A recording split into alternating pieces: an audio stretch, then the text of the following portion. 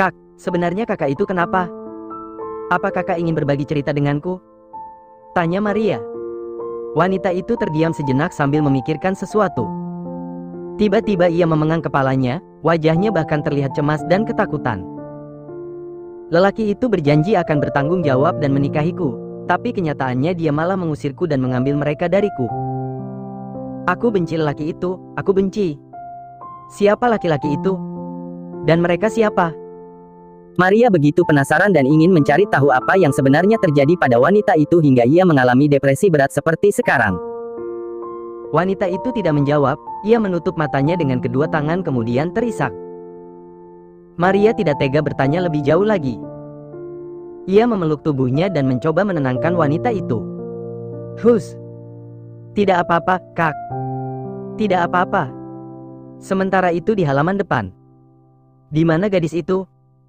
Tanya Dylan kepada salah satu pelayannya. Masih bersama Nyonya, Tuan.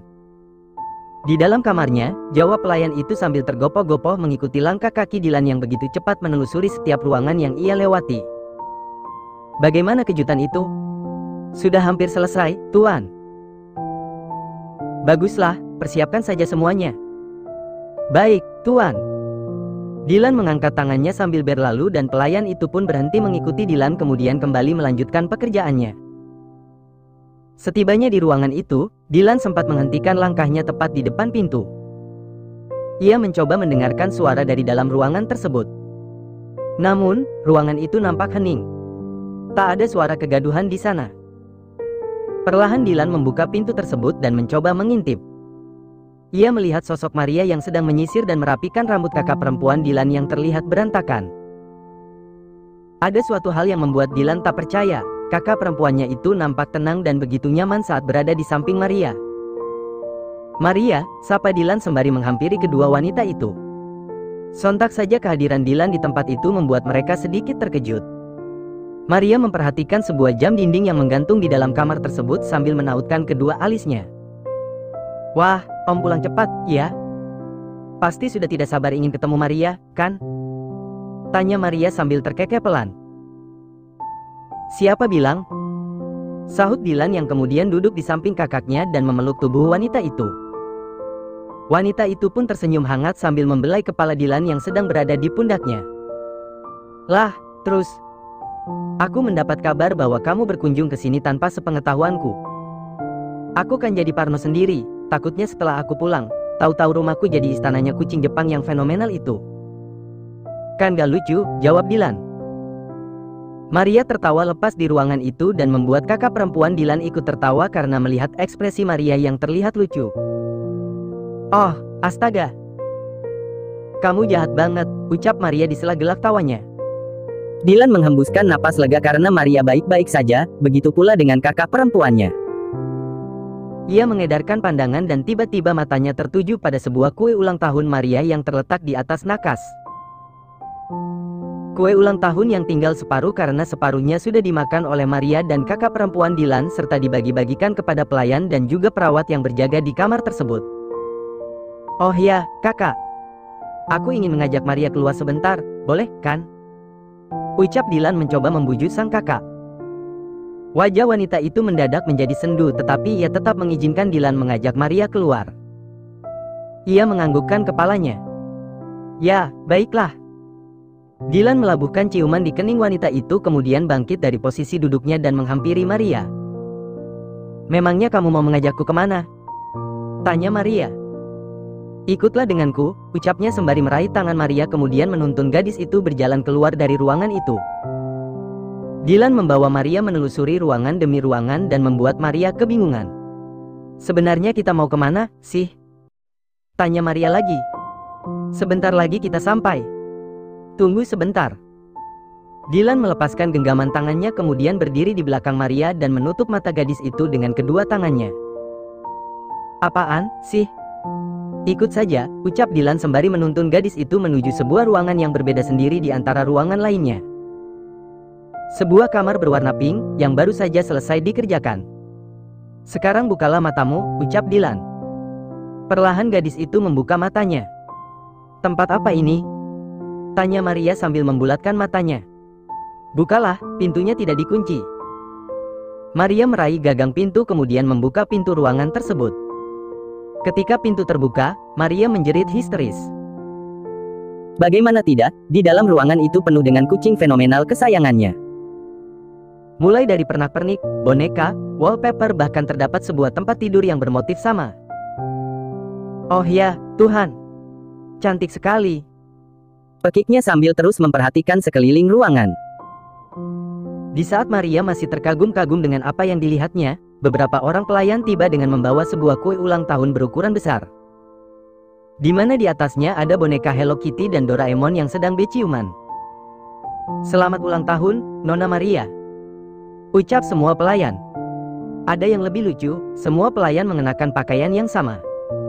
Pakaian seragam mereka berwarna pink dengan motif yang sama dengan ruangan serta kue yang mereka bawa. Ah! Jerit Maria sambil menitikkan air matanya karena terharu. Aku kira kau lupa bahwa hari ini adalah hari ulang tahunku, lirih Maria.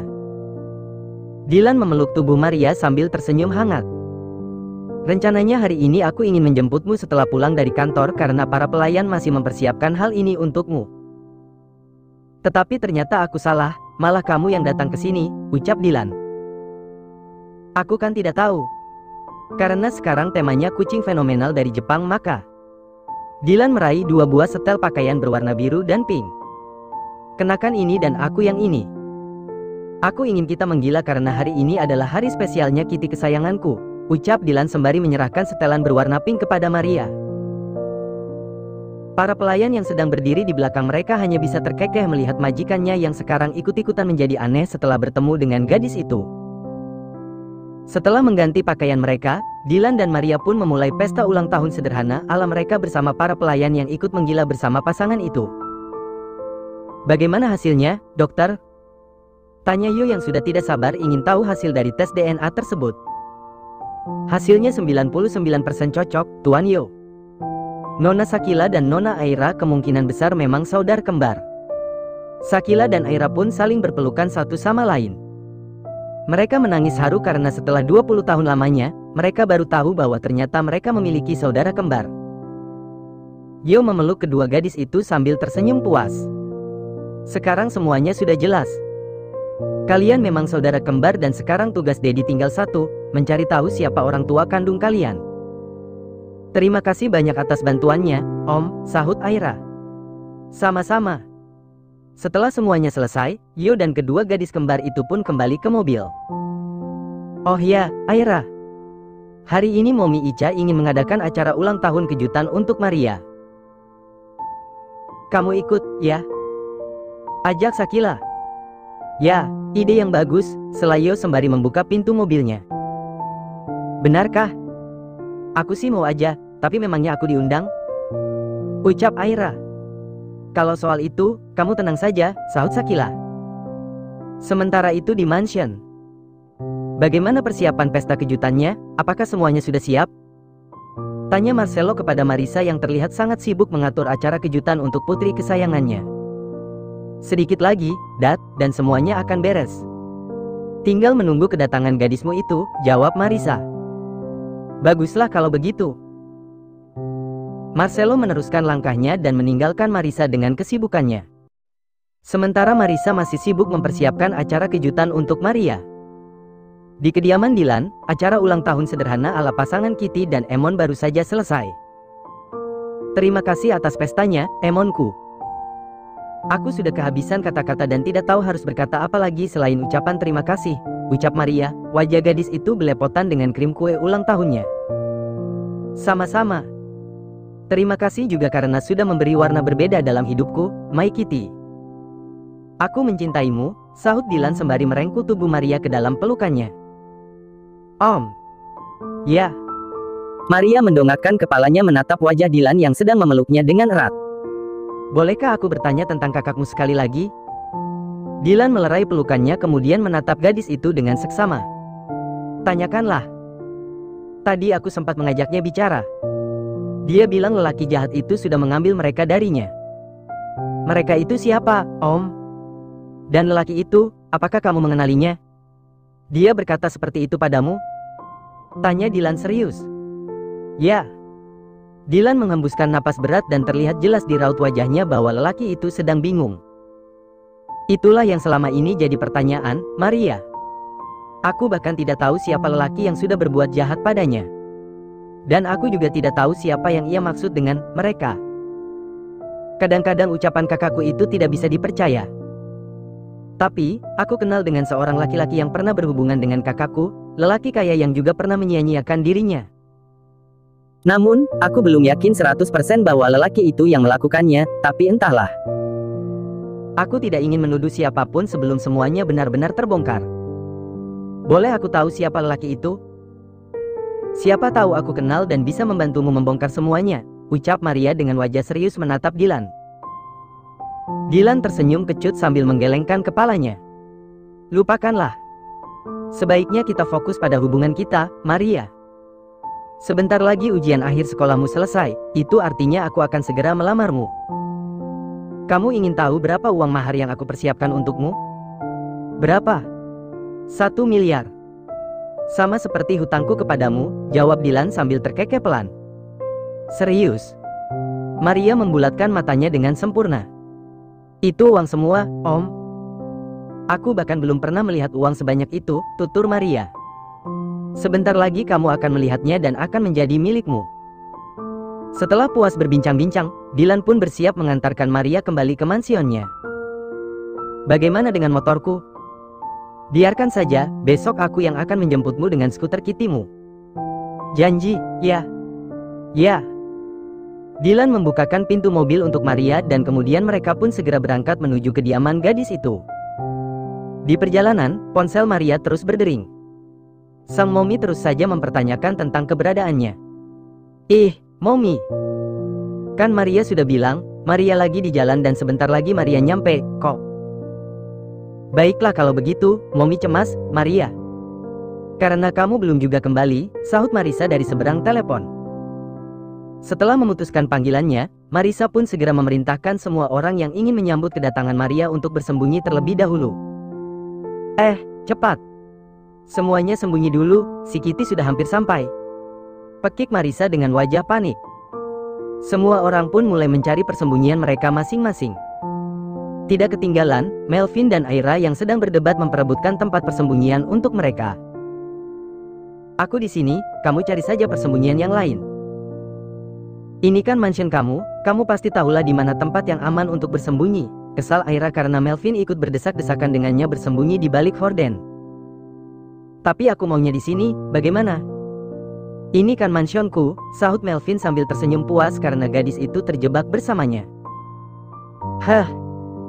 Aira memutarkan bola matanya, apalagi Melvin sudah mulai iseng menciumi puncak kepalanya. Berbeda dengan pasangan kembar lainnya. Shakila nampak nyaman berada di samping Marvel. Pasangan itu tidak bicara sepatah kata pun. Namun, genggaman tangan mereka mengungkapkan perasaan mereka masing-masing.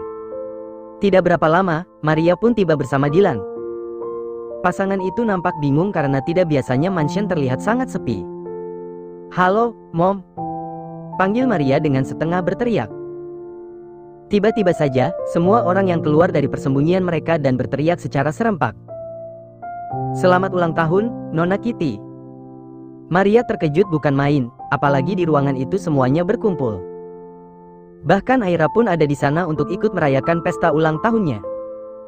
Terima kasih, semuanya. Pekik Maria sembari menghambur ke pelukan Marisa dan Marcelo secara bergantian. Maria kira kalian sudah melupakan hari ulang tahunku, Mom, Dad, ucap Maria dengan mata berkaca-kaca. Mana mungkin gadis Daddy, kamu itu spesial bagi kami. Sahut Marcelo. Bagaimana? Apa kalian sudah mendapatkan informasi tentang Shakila? Tanya Yo kepada anak buahnya. Kedua lelaki itu saling tatap. Wajah mereka nampak ragu menceritakan siapa orang tua kandung Shakila dan Aira yang sebenarnya kepada Yo. Kenapa? Apa kalian masih belum mendapatkan informasi tentang hal itu? Tanya Yo sambil menatap tajam kedua lelaki yang sedang berdiri di hadapannya. Bukan seperti itu, Tuan Yo. Hanya saja kami.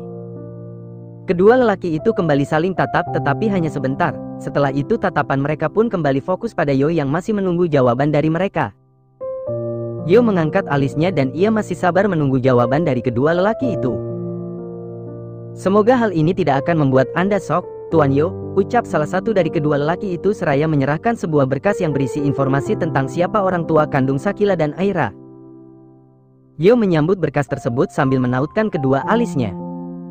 Ia heran sekaligus penasaran kenapa mereka nampak ragu menyerahkan berkas itu kepadanya.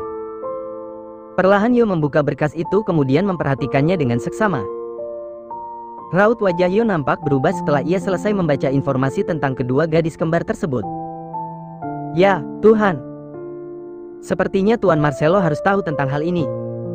Gumam Yo sambil mengusap wajahnya dengan kasar. Tanpa pikir panjang, Yo merapikan berkas tersebut kemudian membawanya keluar dari ruangan itu.